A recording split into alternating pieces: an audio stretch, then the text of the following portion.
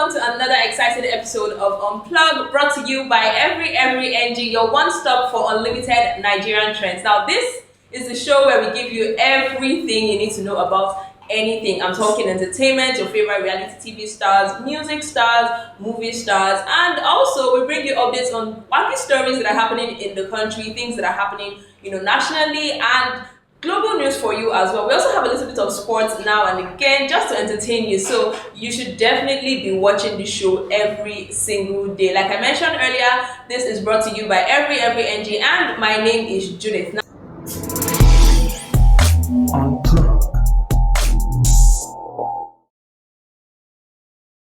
Now let's head into the stories.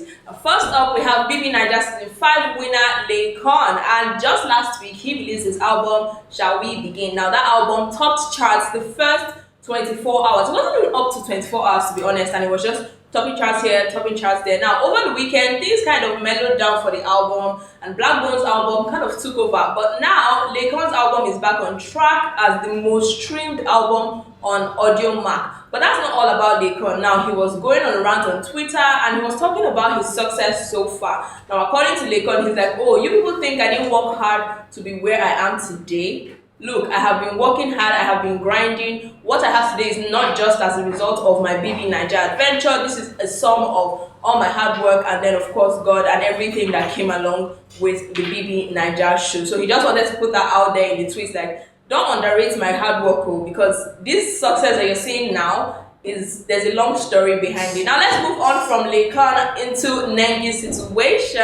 Well, it's not a bad thing. It's actually good news if we can say that, although it's not a fact. But one of her colleagues, Trikytee, said that Nengi is the most successful lockdown housemate so far. Now, it was during a show, he was being asked the question and the interviewer said, okay, who do you think is, the most successful BBNaija star generally, and then, of course, for your season?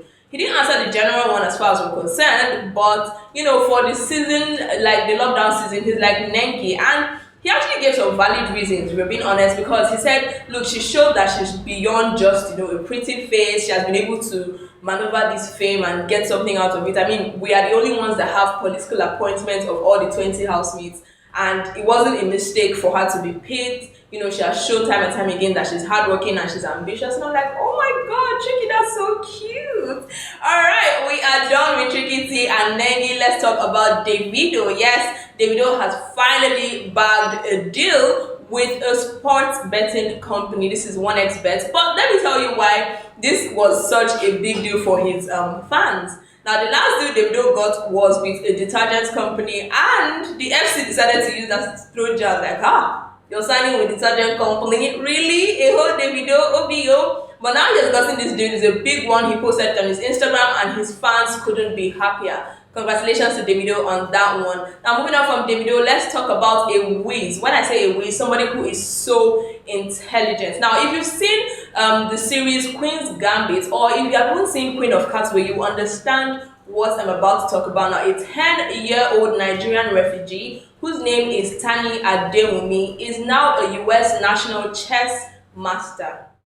You heard me right, this young man is 10, and he moved to the US, at the age of 8, thereabouts. It was in 2017. They went as refugees, because they were living in the northern part of Nigeria, and at that time, the Boko Haram insurgency was one of the hottest periods we've seen with that. So his family sought asylum, they became refugees, and at the time when he even started playing, this young man was homeless, but he was lucky enough to attend a school that had a chess club, so that kind of waived the fees for him.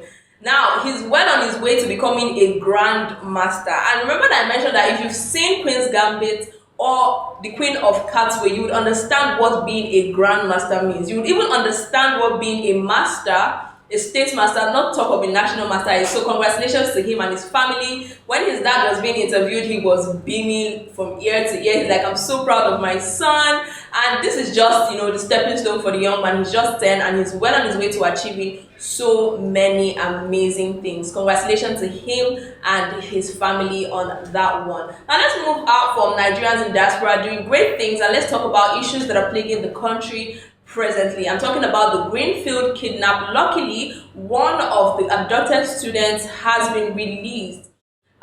His mom, who gave the official statement, her name is Loretta Atahiru. She did not give any other details as to how he was released, if a ransom was paid, if they negotiated. She didn't give any details of the negotiations, but she just said, "Look, my son has been released, and I'm just going to go and take care of him now." If you see the pictures of this young man and his mom, the woman you could tell that she had gone through it. She was kneeling, thanking God for bringing her son back. The young man looked really starved. He was so thin, because looking at his before and after pictures, you tell that, oh my God, he has been through it. Now there are still 16 other people who are with the bandits, and Nigerians are asking, okay, this person's parents were lucky enough to negotiate his release, because we know that there was a negotiation somehow. We don't know if or how much was paid, but something was done, obviously, for this young man to be released to his family. What about the 16 other people?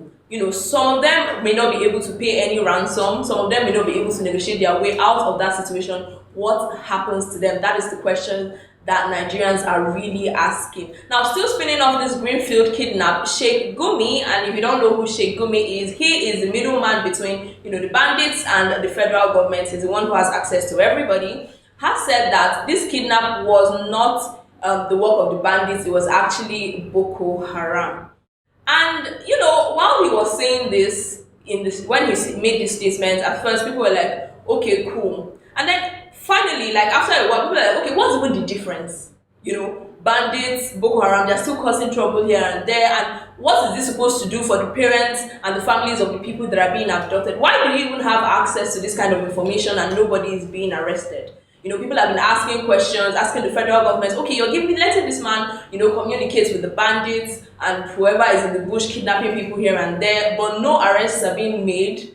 He's just communicating, telling you this, telling you that. How does he have access to this information? Look, Nigerians are asking questions. They are not happy with the developments so far, and the case of insecurity as it's rising.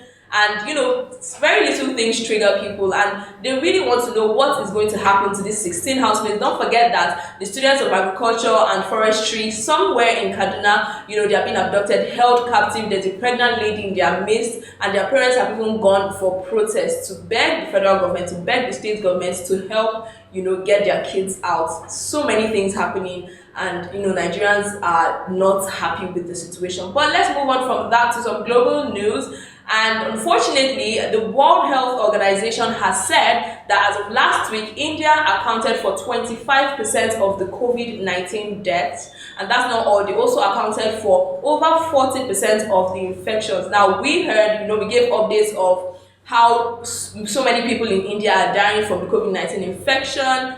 And for a while, many people were not sure, okay, how bad is it? How bad is it? Or someone was comparing and said in Pakistan, they're having about 3,000 deaths. But in India, comparing that to India, India is having hundreds of thousands, of deaths in the country every single day.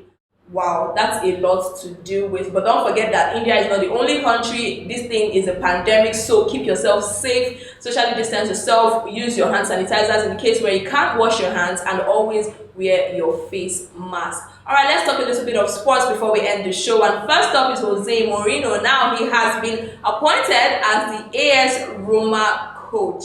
I know when he left us, people were like, what's the future for this guy? Well, no, just weeks down the line, he is getting another appointment, and you can see him smiling, so happy, because, why not? Now, let's move on to Manchester City, and congratulations are in order for them, as this is their first ever Champions League finals. They've broken the jinx, they've gotten to the finals, so I can't wait to see what the future holds for them. Thank you so much for joining me on this episode of Unplug. I had so much fun giving you these updates, and don't forget to drop your comments on any story that you heard that has piqued your interest in one way or another. I would love to get your thoughts on that. And until next time, this is brought to you by Every NG, and my name is Judith. Bye.